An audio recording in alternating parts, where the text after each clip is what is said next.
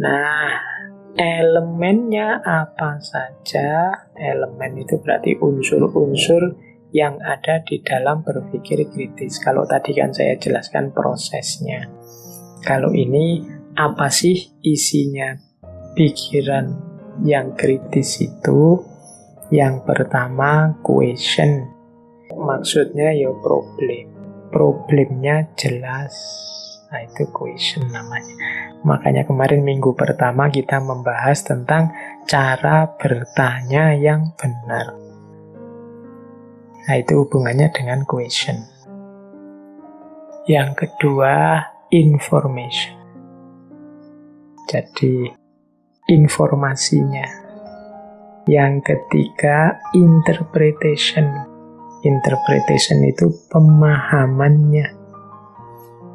Yang keempat, konsep. Nah, konsep itu ya isinya.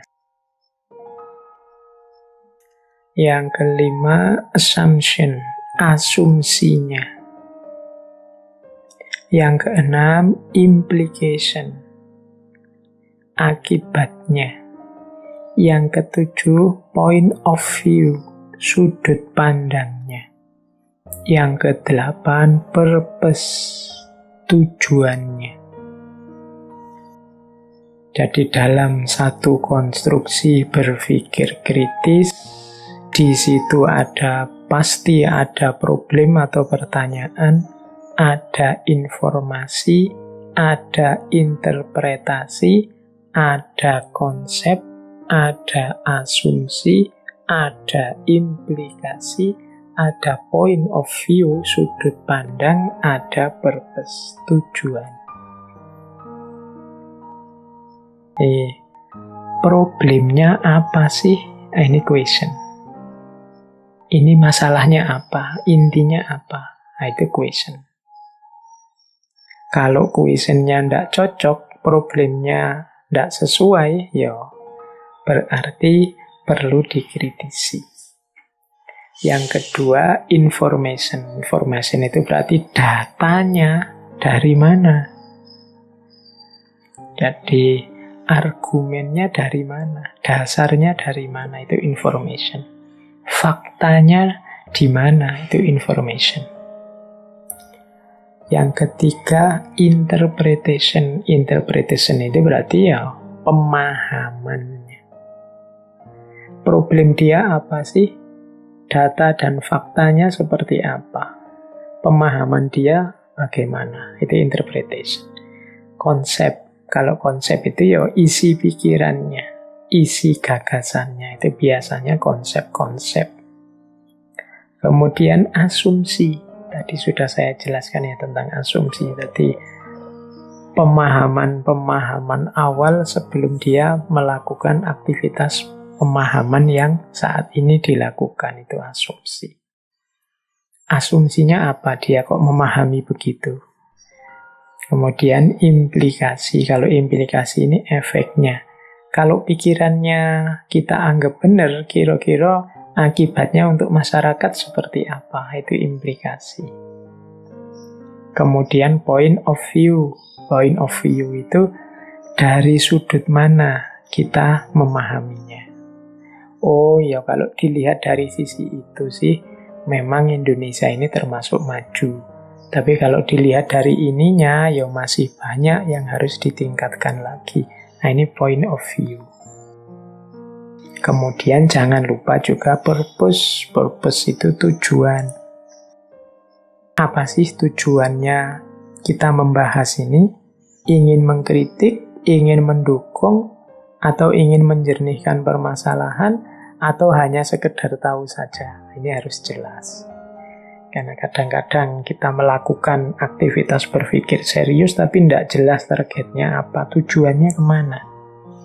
Nah, ini namanya purpose. Kalau semuanya jelas, nah ini kan berarti mudah dipahami, mudah masuk ke ranah kritis. Ini unsur-unsur berpikir kritis. Jadi kalau teman-teman sedang menanggapi sebuah gagasan, ingin menilai, coba rincilah unsur-unsurnya.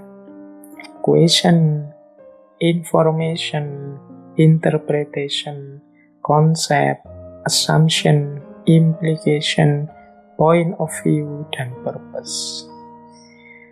Pertanyaannya cocok apa enggak, datanya valid apa tidak, pemahamannya sesuai, nyambung apa tidak, isi pikirannya, maksudnya bagaimana, asumsi-asumsi yang dia pakai apa, dampaknya kira-kira apa nantinya, sudut pandang yang dia gunakan apa, tujuannya apa.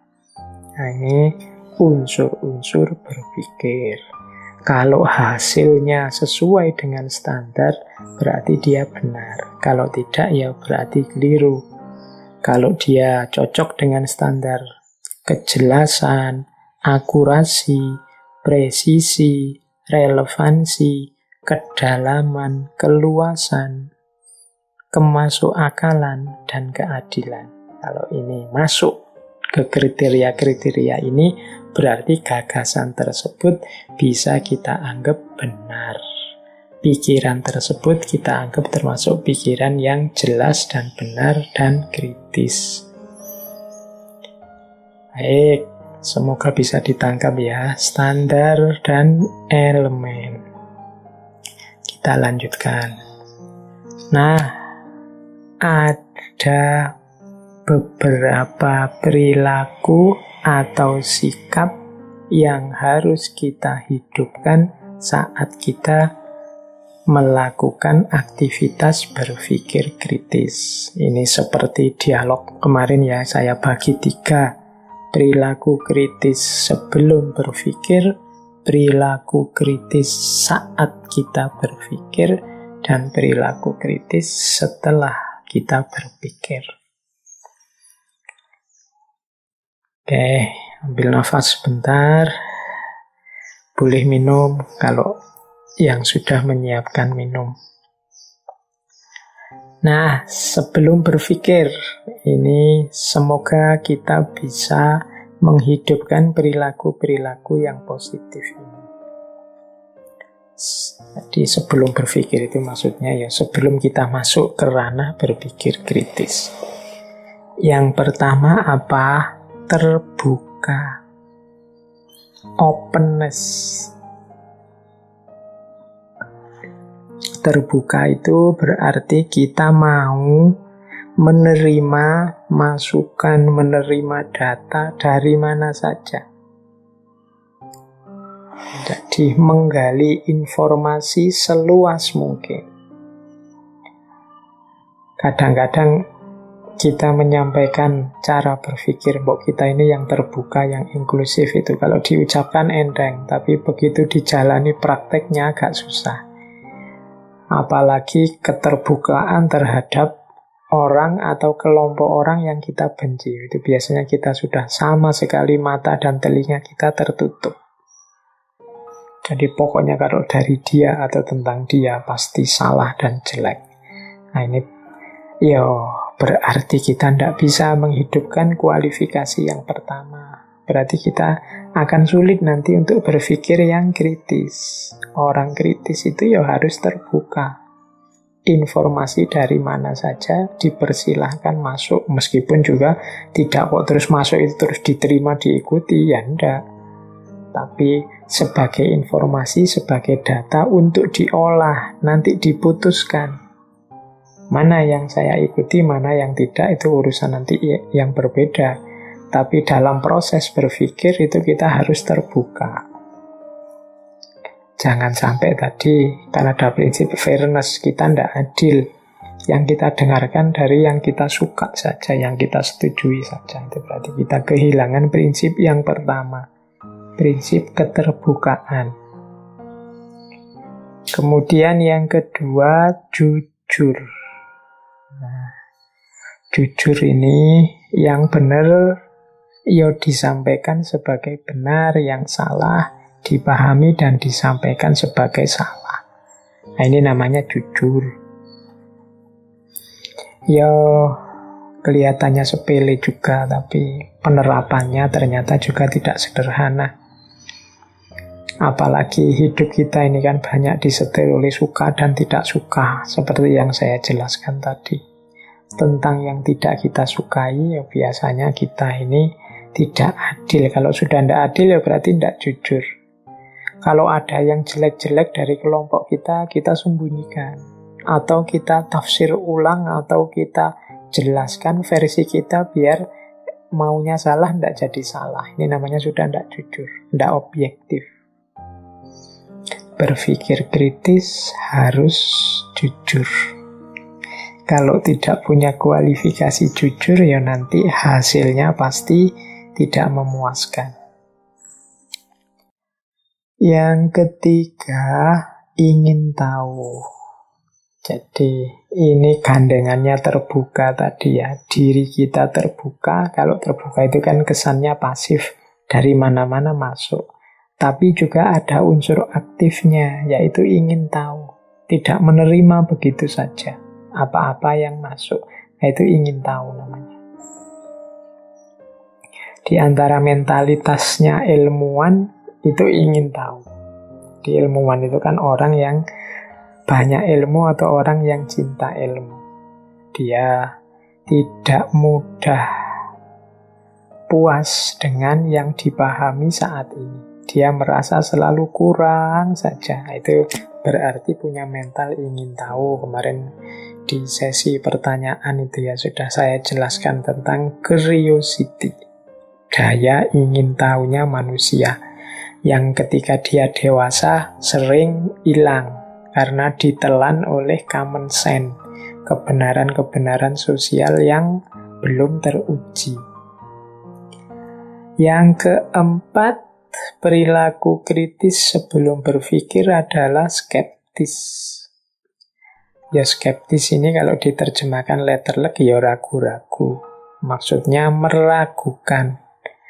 Kalau ada orang ngomong A, tidak kesusu ditelan, tidak kesusu diterima. Diragukan dulu. Apa iya benar?